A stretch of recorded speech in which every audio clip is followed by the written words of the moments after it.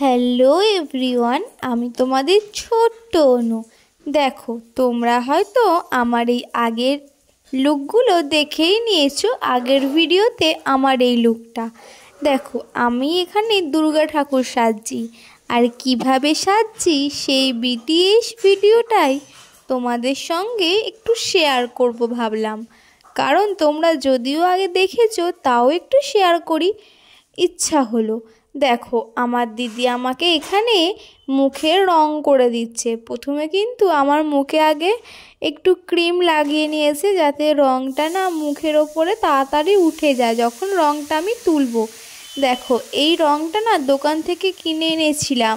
এটা ইয়েলো আর সাদা রং একটু মিক্স করেছিলাম, যাতে রংটা একটু হালকা হয়। আর নালে পুরো ডিপ ইয়েলো ছিল। রংটা যখন কিনে আনি, জানো তো, এত জ্বালা করছিল আমার মুখের ওপরে, কি বলবো। যেন মনে হচ্ছিল মুখটা থেকে এক্ষুনি রংটা তুলেই ফেলি, এত জ্বালা করছিল। কিন্তু আমি আগেও এরকম মুখে অনেক রং করেছি, কই আমার মুখে কোনো রকম জ্বালাও করেনি আর কোনো সাইড এফেক্ট দেখাও দেয়নি। দেখো, আমি এখানে হাত দিয়ে ওকে এটাই বোঝাচ্ছিলাম, দেখ আমার এইগুলো খুব জ্বালা করছে। আমি আর পাচ্ছিলাম না বলে আমি এখানে শুয়ে পড়লাম, আর ও কপালে চোখটা এঁকে নিচ্ছে। তো আমি একটু যদিও চুলচুলে মেয়ে, তো ওই জন্য আমি সবসময় চুলবুল করি, তাই একটু ঘেঁটে যাচ্ছিল রঙটা করতে করতে। একটু বেঁকেও গেল চোখটা আঁকতে আঁকতে, কোনো ব্যাপার নয়। তারপরে ও আবার ঠিকও করে দিল। ও এখানে সাদার ওপর ওর কালো এটা গোলটা করে নিয়েছে। তারপরে কপালে চাঁদের মতো এটা সাদা দিয়ে কালো দিয়ে আর লাল দিয়ে করে দিচ্ছে।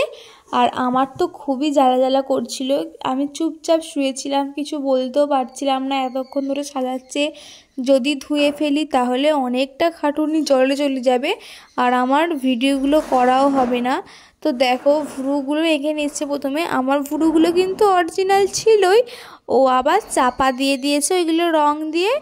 আর ও হচ্ছে নতুন করে আবার রং দিয়ে এঁকে নিচ্ছে, কারণ যেহেতু পুরো মুখটাই রং করেছে, তাই ওইগুলো রং না করলে বিচ্ছিরি লাগবে। দেখো, আমার ঠোঁটের কাছে রঙগুলো কিন্তু একটু ফেটে যাচ্ছিলো, যত শুকাচ্ছিল ততই ফেটে যাচ্ছিল। আর আমি এখানে ততই বলছিলাম, প্লিজ রঙগুলো ধুয়ে দে। আমার এখানে একটু থামস আপ খেতে ইচ্ছা করলো বলে একটু থামস আপ খেয়ে নিলাম।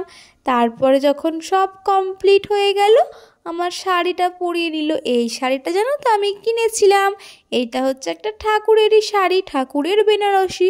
আমাদের এখানের বাজার উদয়নারায়ণপুরে একটা দোকান আছে, ওখান থেকে আমি এই শাড়িটা কিনে এনেছিলাম, যাতে আমি এই ভিডিওটা করতে পারি, ভালো করে সাজতে পারি।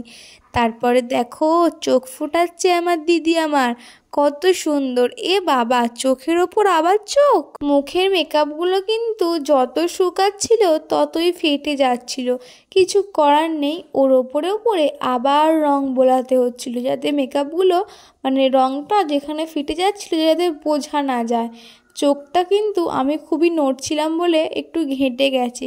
তোমরা প্লিজ কিছু মনে করো না, ও তো কোনো মেকআপ আর্টিস্ট নয়, ও জাস্ট এমনি আমাকে সাজাচ্ছিল। তো কীরকম হয়েছে তাও কিন্তু জানিও। অনেকেই খারাপ কমেন্ট করেছো যে দুর্গা লাগছে না, অসুরের মা লাগছে। তাকেও থ্যাংক ইউ গো। যাই হোক, লাগছে তো যে কোনো একটা কিছু, কিন্তু আমার মেকআপটা খুবই সুন্দর লেগেছিল, মানে আমার সাজানোটা ওর খুবই সুন্দর লেগেছিল। আমারও বেশ ভালোই লাগছিল, সকলে কিন্তু ভালোই বলেছিল যারা দেখেছিল। এই সব সাজগুলো আমি আমাদের এখান থেকেই কিনে নিয়ে গেছি। তারপরে আমার মামি আমাকে আলতা পরিয়ে দিচ্ছিল। এই দেখো, আমি একটু ক্যাদদানি করে আমার দিদির সঙ্গে ফটো তুলছিলাম, একটু ভিডিও করছিলাম। তারপরে এই পদ্ম ফুলগুলো আমার মামা আমাকে কিনে এনে দিয়েছিল 20 টাকা করে, গাইস। তারপর দেখো দুর্গা ঠাকুর ছুটি করে চলে গেল। এই দেখো, কিছুতেই ফলস চুলটা পড়বে না। ও বলছে না, দুর্গা ঠাকুরের ছোট চুল, কারণ এটা হচ্ছে মডার্ন দুর্গা। ঠিকই তো বলেছি বলো, আমি হচ্ছে মডার্ন দুর্গা, আমার একটু ছোট চুলই ঠিক আছে। কিন্তু না, ও কিছুতেই ছাড়বে না। আর আমার মামি ওইদিকে আমাকে ধরেছে, না চুল আমাকে পড়তেই হবে। আমার কিন্তু এই ফলস চুলটা পরতে একদমই ভালো লাগে না। দেখো, সবাই আমাকে জোর করে ধরে বেঁধে চুলটা পরাবেই। তো তারপরে আমরা আমাদের যেখানে ভিডিও শ্যুট করব সেখানে চলেই এলাম। তো লুকটা কীরকম লাগছে জানিও। এটাই আমার হচ্ছে ফাইনাল লুক। তো দেখো কীরকম লাগছে কিন্তু অবশ্যই জানিও।